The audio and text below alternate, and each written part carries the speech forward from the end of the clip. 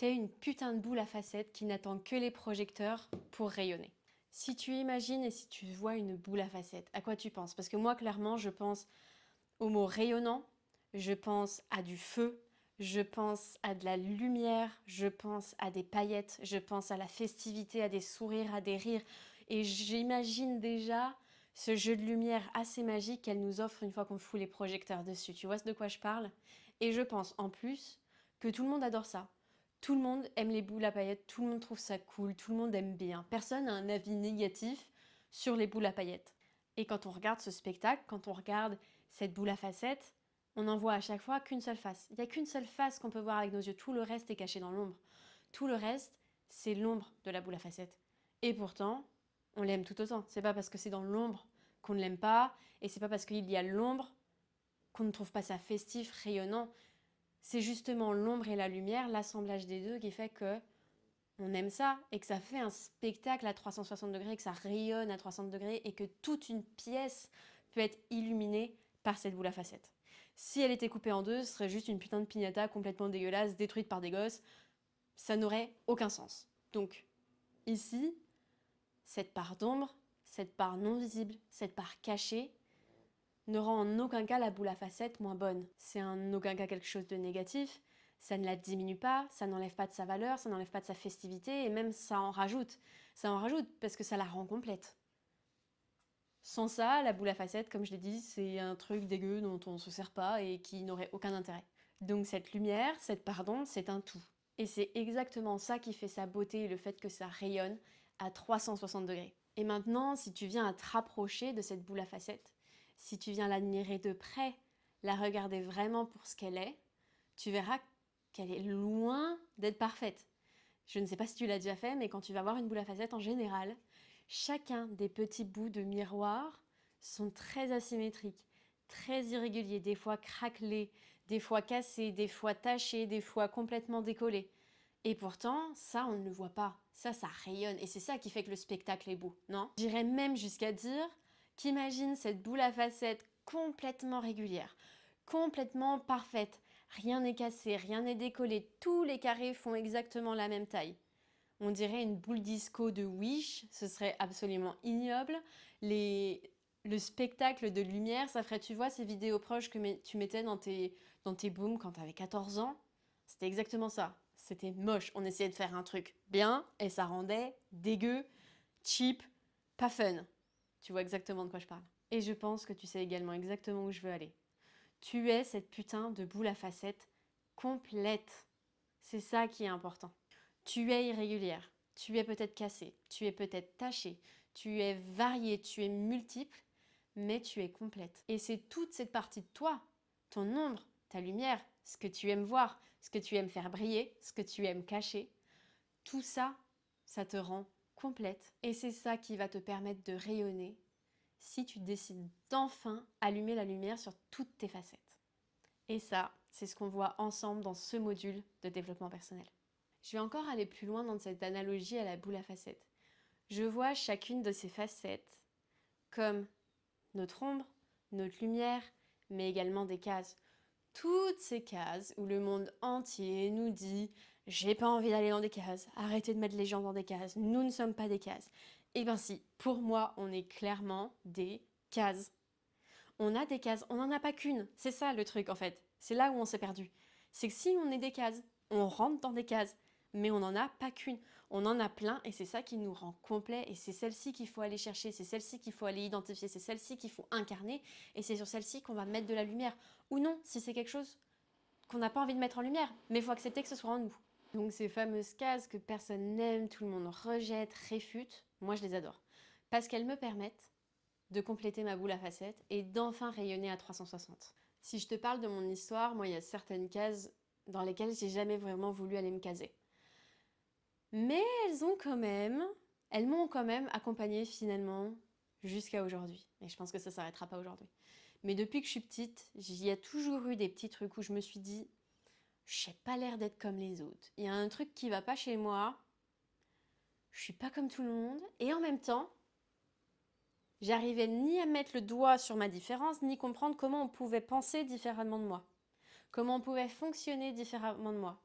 Et je voyais pas la différence tout en sentant que j'étais pas à ma place. En toute franchise, depuis petite, le haut potentiel, ou surdoué comme on l'appelait à l'époque, traînait dans ma tête. Je ne sais pas pourquoi, ça avait toujours été dans ma tête, mais à chaque fois j'étais là, non, c'est pas moi Margot, arrête, c'est ton ego qui parle, c'est pas du tout toi, surtout que ma sœur a sauté une classe, donc elle a été considérée comme plus que les autres et plus que moi. Moi, on m'a pas proposé de sauter de classe, donc je me suis dit, non, je suis moins que ma sœur, donc ce n'est pas moi. Et c'est revenu tout le long de mes études. Une fois de temps en temps, ça revenait dans ma tête, mais à chaque fois je me disais, mais arrête Margot, c'est dans ta tête, c'est ton ego, alors qu'en plus, l'HP n'est pas du tout une question d'ego, on est vraiment très loin de ça, parce que ce n'est pas un cadeau du tout. Et c'est revenu au bac quand j'ai eu félicitations du jury, c'est revenu en PACES où je suis arrivée dans le top 100, c'est revenu en kiné où j'arrivais major de promo, et dans plein de mes fonctionnements où je me disais, purée, je suis pas comme les autres, mais j'avais aucune idée que ça pouvait être lié à ça. Et il y a eu un autre facteur déclenchant. J'ai fait des exercices de dev perso pour apprendre à m'aimer, et notamment une chose que je devais demander à mes proches, pourquoi tu m'aimes? Qu'est-ce que je t'apporte? À quelle polarité de toi tu accèdes quand tu es avec moi? Et ma mère, donc ma mère, avec je suis fusionnelle de ouf, m'a dit c'est ta sensibilité. Alors que moi, je me décris comme quelqu'un de pas du tout sensible, genre vraiment insensible, je ne pleure pas devant les autres, je suis dure, je suis autoritaire, je suis colérique, je ne suis pas sensible. Et elle me parle de ça. Ok, je laisse de côté. Et genre 4 jours plus tard, Claire, une de mes élèves et une de mes thérapeutes, me dit oui, bah de toute manière, toi avec ton hypersensibilité. Et en plus, mais moi j'avais un dénigrement des gens qui mettaient en bio hypersensible. Je disais, mais meuf, tout le monde est hypersensible en 2024, arrête quoi. Arrête, c'est un peu comme dire, je suis pas une connasse, je suis un gémeau. Oui, bah en fait, bref, c'est un autre débat, on ne dira rien là-dessus. Mais voilà d'où je partais dans ma mentalité sur ces sujets-là. Quand deux personnes proches me disent ça, et puis Claire qui me le dit vraiment en mode oui, bah tu l'as de toute manière, tu le sais, tu dois le savoir, c'est obligatoire. Je dis ah putain. Bon, on va peut-être investiguer ça, surtout que je sors avec un chéri qui a une capacité émotionnelle digne d'une petite cuillère, même si ça commence à devenir une très grande cuillère à soupe. On n'est pas sur les mêmes bords, mais sans jamais penser que moi j'étais trop. J'étais juste en mode lui il est moins, lui il est moins, il est pas assez. Et ben Margot, avec tout ça, il y a eu plusieurs allers-retours dans ma tête, allers-retours de mails, d'échanges avec différentes personnes, parce que quand même ça m'intéressait. Ces diagnostics avec des thérapeutes formés, avec des professionnels adéquats, mais j'arrivais jamais à franchir le pas. J'envoyais le premier message, voire même le deuxième, j'envoyais ce mail, j'appelais le cabinet des neuropsy, mais je franchissais jamais le cap.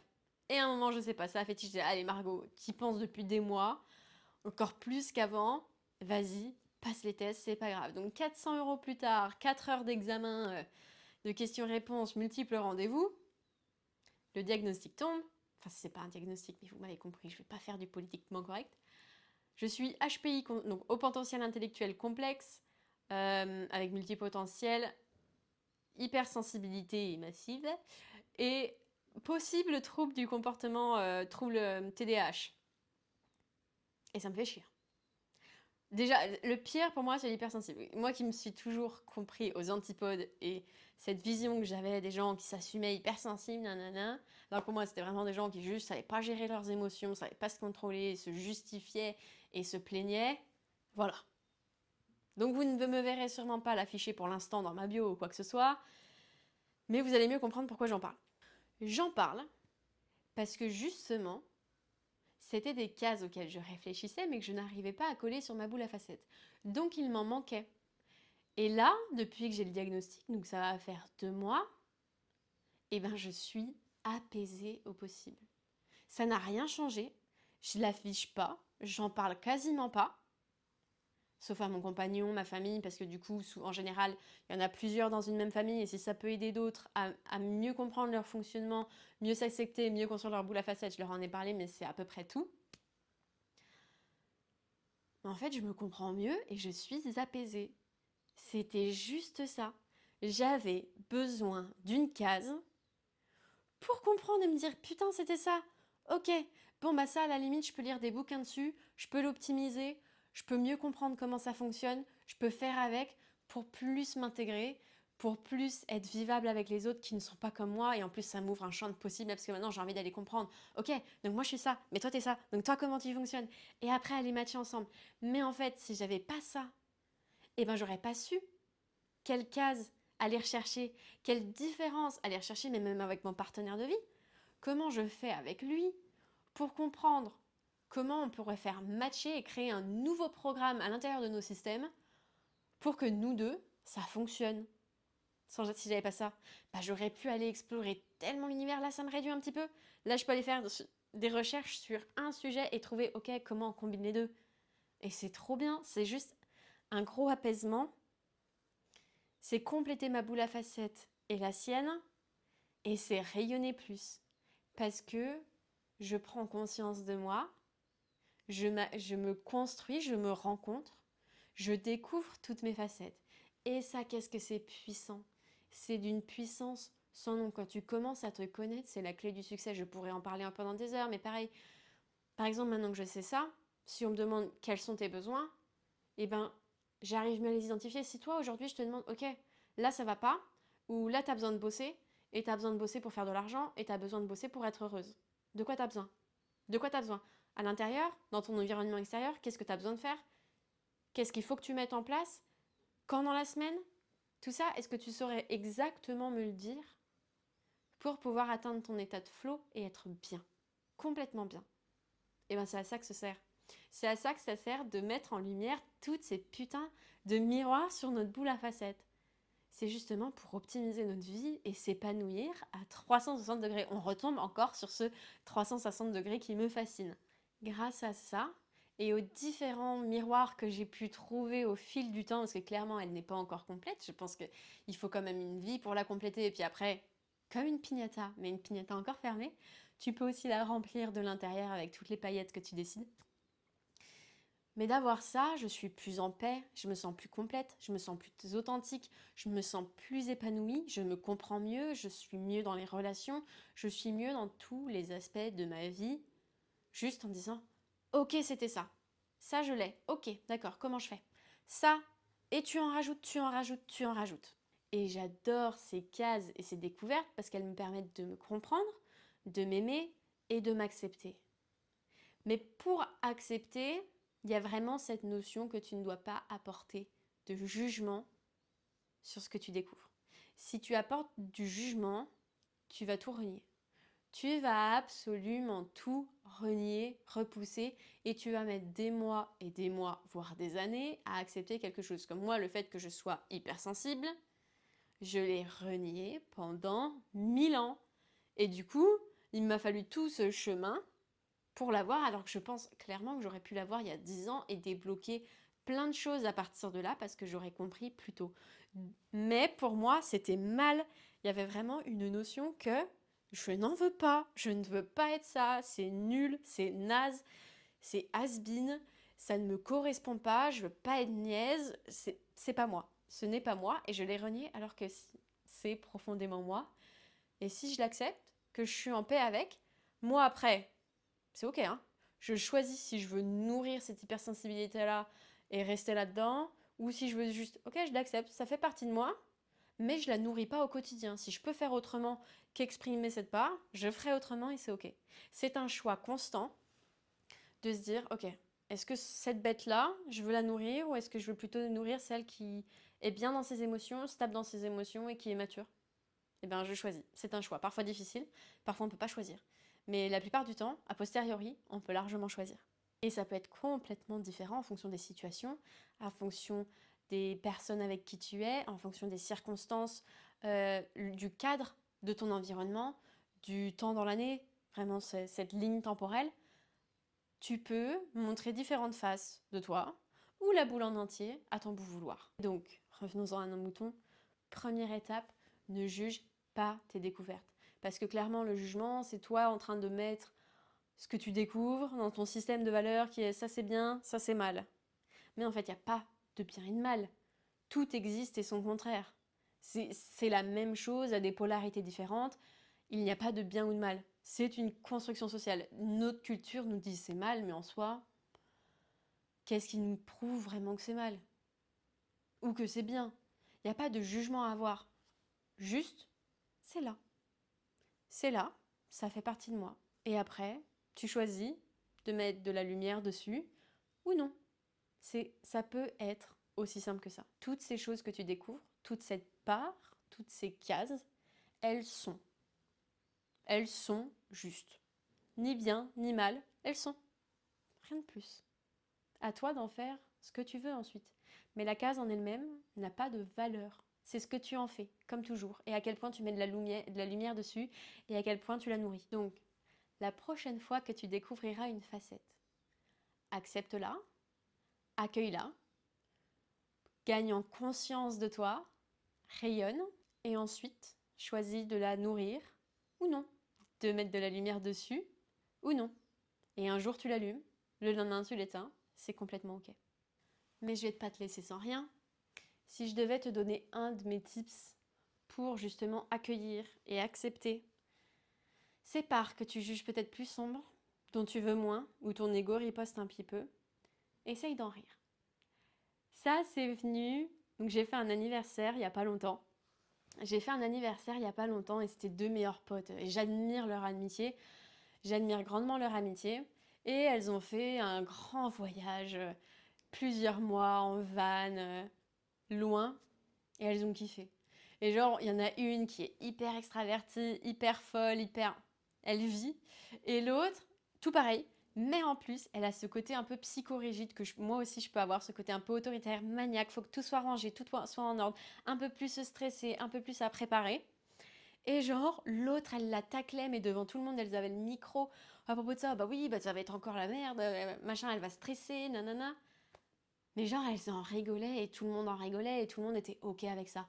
Et en fait, je me suis dit, mais mince, moi aussi, j'aimerais bien réussir à rigoler de mes pardons et du coup de les accepter à ce point. C'est peut-être ça la clé. Ce serait de réussir à en rire avec soi, à en rire avec les autres et se rendre compte que si on peut en rire, c'est que c'est complètement ok. Et qu'en fait, ma part de lumière est largement assez forte pour qu'on puisse tout accepter et tout apprécier et c'est juste une boule à facettes unique. Et si tu as besoin également d'un tips pour trouver plus de tes facettes, à chaque fois que tu en trouves une, essaye de voir s'il n'existe pas en toi son exact opposé aussi. On est tous construits de paradoxes. C'est pas le sujet de cette vidéo, mais l'univers marche quand même en notion de dualité. Le noir existe parce que le blanc existe, le jour existe parce que la nuit existe. Il y a vraiment une notion de dualité qui existe absolument partout. Et donc, quand tu trouves quelque chose en toi positif ou pseudo-négatif, est-ce que tu as son contraire? Par exemple, moi je me trouve quelqu'un... Je suis quelqu'un d'intelligente dans le plan scolaire. Je suis quelqu'un d'intelligent dans le plan scolaire. Mais alors, je peux être super conne sur des trucs nuls. Genre, tu me parles de voiture, je suis débile. Tu me parles... C'était quoi le truc qui me posait vraiment problème? L'histoire. L'histoire et la géographie, je suis une brêle. Genre, ça ne veut pas rentrer dans ma tête. Tu me racontes ça comme une histoire, je vais percuter. Tu me racontes ça comme un cours d'histoire, je vide plus rien. Je vais être... Il y a vraiment... Je vais pas tous ces numéros. Il y a vraiment des domaines de ma vie où je suis une blonde. Mais vraiment, mes neurones ne connectent absolument pas. Ou alors, par exemple, moi je me trouve très colérique. C'est un des aspects que j'aime pas montrer, que je ne nourris pas, mais je suis quelqu'un de très colérique. Mais je suis aussi quelqu'un de profondément douce dans le yoga. Le yoga m'adoucit. Quand je suis en train d'aider quelqu'un, ça m'adoucit. Quand quelqu'un, par exemple mes patients qui me le rendent très bien, qui sont hyper contents, qui sont reconnaissants en tout cas. Tous ceux qui sont reconnaissants, je fais preuve d'une douceur avec eux qui est sans nom. Jamais il n'y aura de colère avec eux. Donc, je suis colérique, mais je suis également douceur. Ça, c'est un des paradoxes. Donc, toi, à chaque fois que tu trouves quelque chose, demande-toi s'il n'existerait pas aussi, de l'autre côté, dans l'ombre ou au contraire dans la lumière, si tu as trouvé l'ombre, quelque chose qui existe en toi qui est exactement l'opposé. Et j'espère qu'avec tout ce travail, tu vas kiffer devenir la plus belle boule à paillettes que tu puisses être. Et rappelle-toi qu'une personne consciente de qui elle est, en pleine perception d'elle, en pleine expansion, c'est quelqu'un qui devient absolument invincible.